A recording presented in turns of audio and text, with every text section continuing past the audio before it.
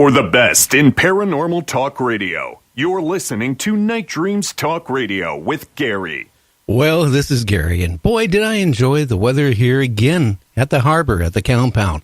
But today I kind of relaxed. I sat back in my easy chair out in the yard looking at the horses and the goats and figuring, well, you know what? I'm not going to clean the pasture today. So I kind of read the news.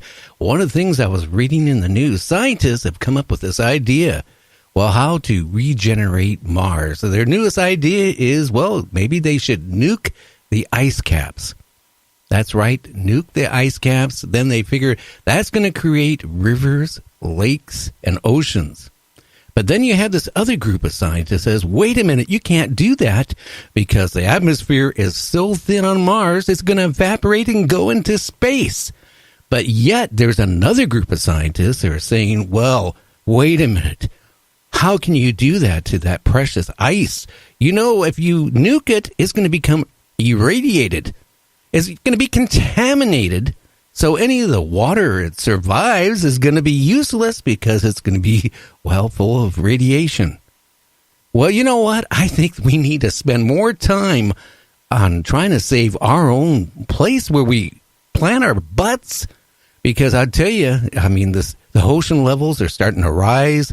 You know, the Antarctica, the ice shelves are breaking up and melting and all this stuff. And now we're worried about Mars. But maybe there's something else going on the government doesn't want to tell us. Maybe we need to find a new home. But, gee, some of the ideas. Well, tonight on our show, we have Fox City Paranormal, and we're going to be talking to Tim. So what you might want to do is, maybe pour yourself a nice cold drink, find a nice comfy chair, or, prop yourself up in your bed, and let's go for a ride in the paranormal the way it should be done. Not the way they do it, the way I do it.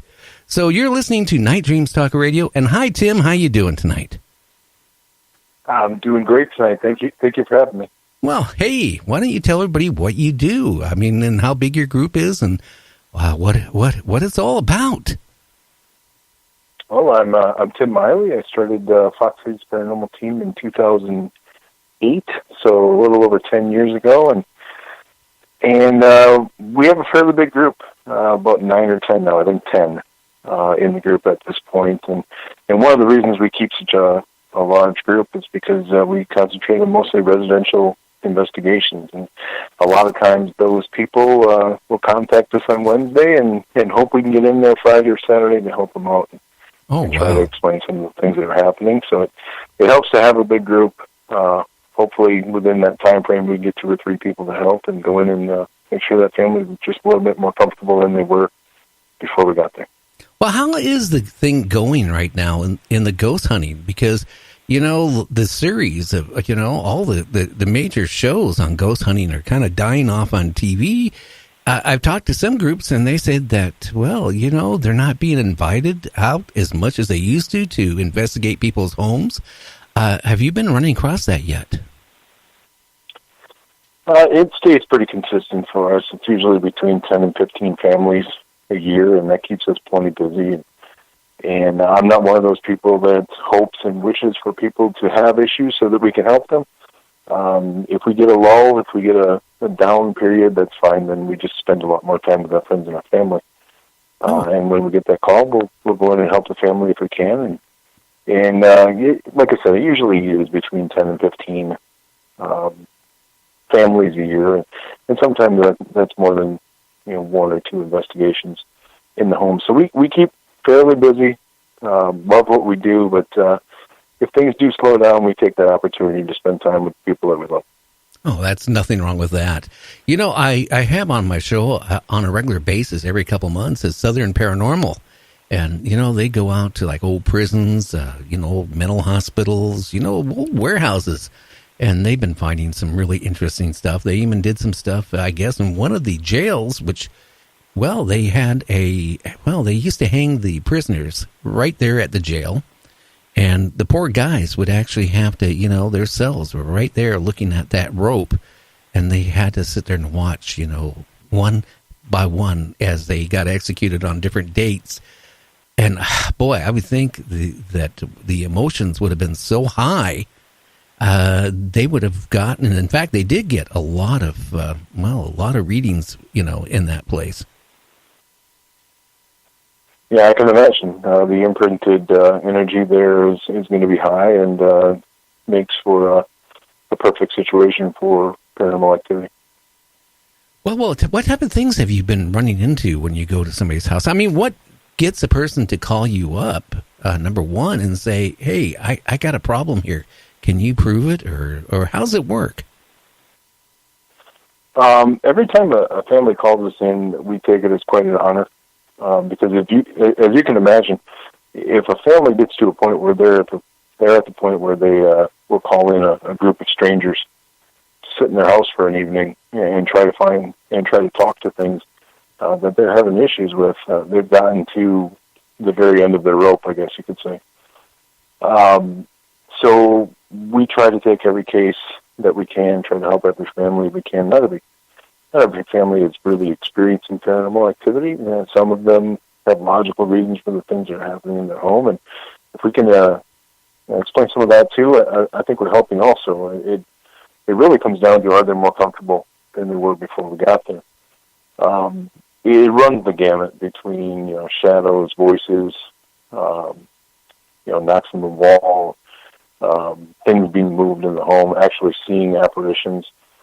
We've pretty much heard it all in the 10-plus years we've been doing this. And, like I said, our number one goal is trying to help the family. Honestly, I'm not one of those people in the field that gets real excited about any kind of evidence that we may or may not get. what it comes down to is the comfort of that family. Oh, wow. Well, I've had some groups, been on. In fact, I had one group, I actually cut them off halfway through the show. They bothered me, or didn't bother me. They emailed me. Well, they did bother me almost every day for months. They wanted to be on the show, and they told me that they were a major, ghost hunting group. And then I got them on the show, and I said, well, how many homes have you investigated? And they said, oh, we've done 3 or 4.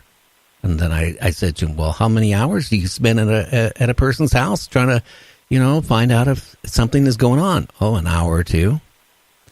It was quite apparent, halfway through the first hour, they were more interested in hopefully getting picked up by a cable channel than actually going out and trying to prove that something exists, like ghosts, or if somebody's being harassed at their house by a spirit. There's a lot of groups. I don't know if you ran across any like that, but there's some groups out there. It's nothing more than a social media. I think a lot of times people get into this field for the wrong reason, and I'm not going to name groups, but I think we all know groups that are probably in it for a different reason than they should be. We've been doing this, like I said, for 10 plus years, and I stopped counting at about 200 investigations that we've done in homes, and we take great pride in that. The fact that we have a group of people that will set aside, time away from their family and friends to help people that they've never met before.